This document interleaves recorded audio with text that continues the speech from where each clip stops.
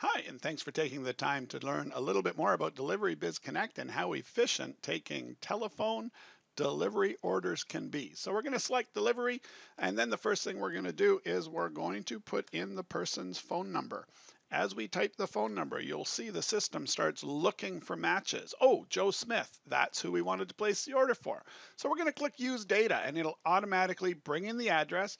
If we know that he's going to prepay, we can use the prepaid button. But if we know that we're going to charge him at delivery, we can also do that. We'll scroll to the bottom. We'll see that he's ordered from us 3 times in the past, and we can see everything he's ordered. But we can instantly go to the Order Now button. On the Order Now, we're simply going to go to the menu that we've pre-prepared of the items we're selling and hit Order Now. From here, your staff will print the ticket so it can get to the kitchen to be created, and that's just a normal print dialog that can go right to your existing ticket printer. When that's done, you'd click Close and add a new order, and you would be done. So let's take a look at that same situation where it's a phone order, it's for delivery, we're going to collect payment after the fact, and we start with a phone number search, but this time we don't find anybody. So we have to finish putting in the phone number. We didn't find anybody. We hit Tab, it's always fastest, and we start to put in the email. And it also tries to find somebody, as you noticed. Because this is, again, a new customer, we don't have anybody to be found. And we're going to go in and we are going to say that this is Fred Wilson. Notice that we put in the whole name, so it was easy, but as we hit Tab, it automatically splits it to Fred and Wilson separately. We then go put in the unit number. We know that this person lives at 4009. And the street address, 33 Smythe Street, or Smythe Muse, whichever. And this is his address, so we'll simply say, great. Google found it, we select it, and hit Save Contact. As we hit Save Contact, we now hit Order Now, exactly the same as if you were doing an order of somebody who was already in, and we could say that they're going to buy a bunch of shepherd's pie. That's excellent. And the follow through of the process with printing the ticket and everything else is exactly the same. So that's pretty cool. That shows you how you can do an order by telephone for delivery, all within Delivery Biz Connect.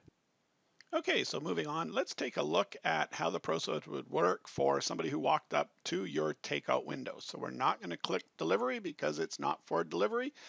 We will click paid because if they walked up, they're going to pay before you process the order.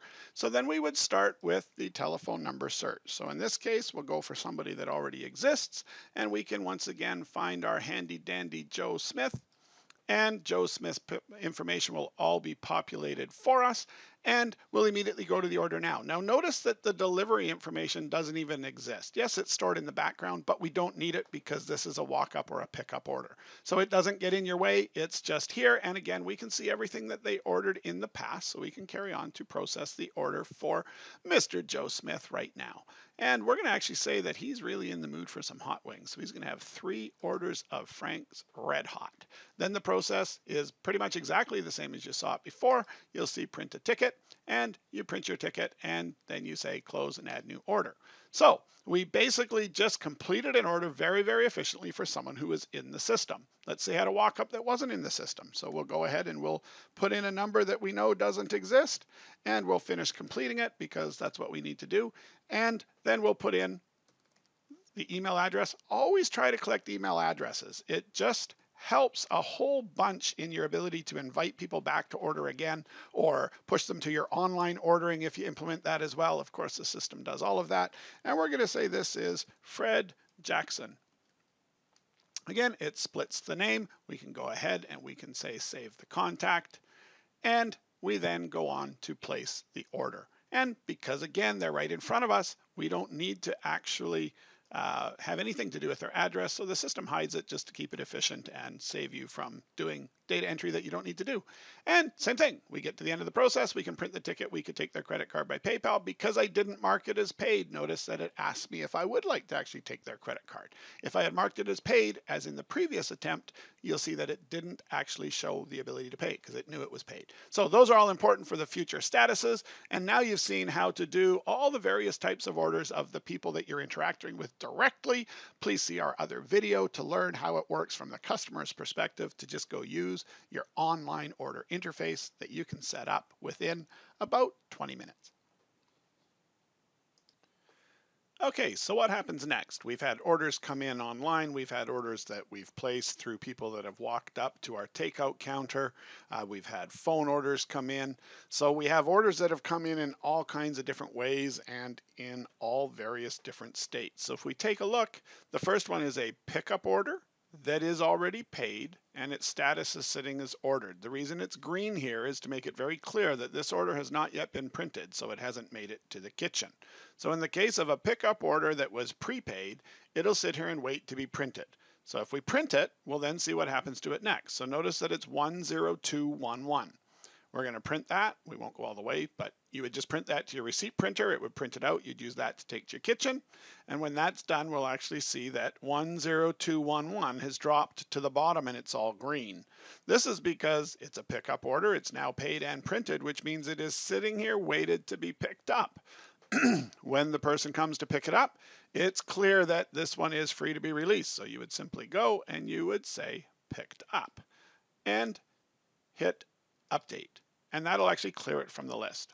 So our next case is a delivery order that is paid and was not printed. Now that could happen because the person could have ordered online and paid for it. And of course it won't be printed at your end, but it was printed at their end. So that's how that status could occur. So what are we going to do? Well, we're going to do the same thing. We're going to print it. And we'll see that 10210 has disappeared. It disappears because it's actually gone through to the batches page because it was printed and it was paid. So it's free to go to delivery. So the next order we have here is 10213. It is set up for delivery. It is currently unpaid, ordered, but not printed. So same thing. We can go and just say print, and it will also go off and disappear because it's also gone to the delivery page. So of course it goes to the delivery page even though it wasn't paid, because in the pre-COVID world it was fairly common to collect the payment at the customer's location. So the system still allows for that. So when we get out of COVID we can go back to the normal way. So that would mean that the delivery driver is going to go and take it out there, collect the payment, and it will be cleared from the list back to you when he actually clicks the button that says he's delivered it. So the next status we have is a pickup that is unpaid and printed. So that means that they're going to come to the store, and the first thing they'll probably do is they will come and say, hey, I'd like to pay for my order, because it might be ready, it might not be ready. So you might do both of these steps at the same time. So after you've taken their payment, you're going to simply change this to paid, and it's now paid and printed. So you could set this directly to say picked up when it's picked up, or you could just leave it here as paid and printed. You could leave it here as paid and printed because you actually took the money, but it is not in fact picked up, and therefore it drops to the bottom where it's all clear and waiting for pickup. So then you could have the pickup that is unpaid and printed. So same thing, you're going to just take the money, update that, and it'll drop to the bottom. So at this point, you have no new orders that need to be printed, no new orders that need to have money. These are the three orders that are sitting here waiting to be picked up by the customer. And as the customers come in, you simply say picked up, update, and away they go until your list is clear. So now you always know what status everything's at and where everything is going. So that's how we get things ready for delivery or for pickup. Okay, so once we've processed all of our orders, now of course we have to go and check for what orders are awaiting us in the delivery page. So here we see all the orders that were either placed online and paid for online for delivery that went through to the orders screen, which were then printed, processed, and now actually are sitting there in the driver's hand, and you're going to assign these to the driver. So if we were to pick all three of these orders to do one batch of orders and click submit, it's going to drop them down to the bottom here where we can say, yes, we actually want to use the driver Dennis, and then we will create the trip. as we create the trip, it then sends a push notification to the driver. And you can see that we're awaiting operator over here for the driver. The other interesting thing to note is if you look at this route, it's actually optimized the route. So it's decided based upon Google Maps which way to go to be the fastest overall time for you. So it's going to take the person to this one here first, and then they're going to come to here, and then on their way back, they're going to capture this one before they come back to home base. So it's taking care of all of that for you. So if we actually go ahead and we have the driver accept the job, what you'll see is over here that this is going to change. So you can see awaiting operator. So at this point, we are going to accept that job through the other app, which is done with a simple push of a button.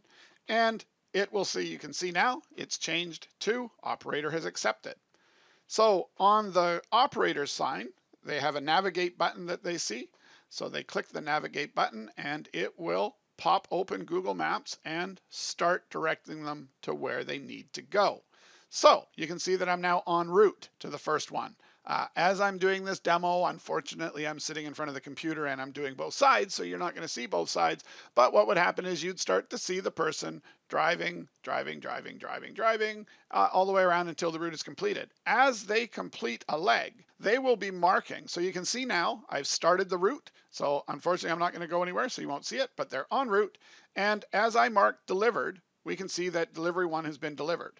And then I can see delivery 2 has been delivered. Delivery 3 has been delivered, and I'm now on my way home. And all we have is the pickup orders. No new orders have come in, and that's how you process a batch of orders in Delivery Biz Connect.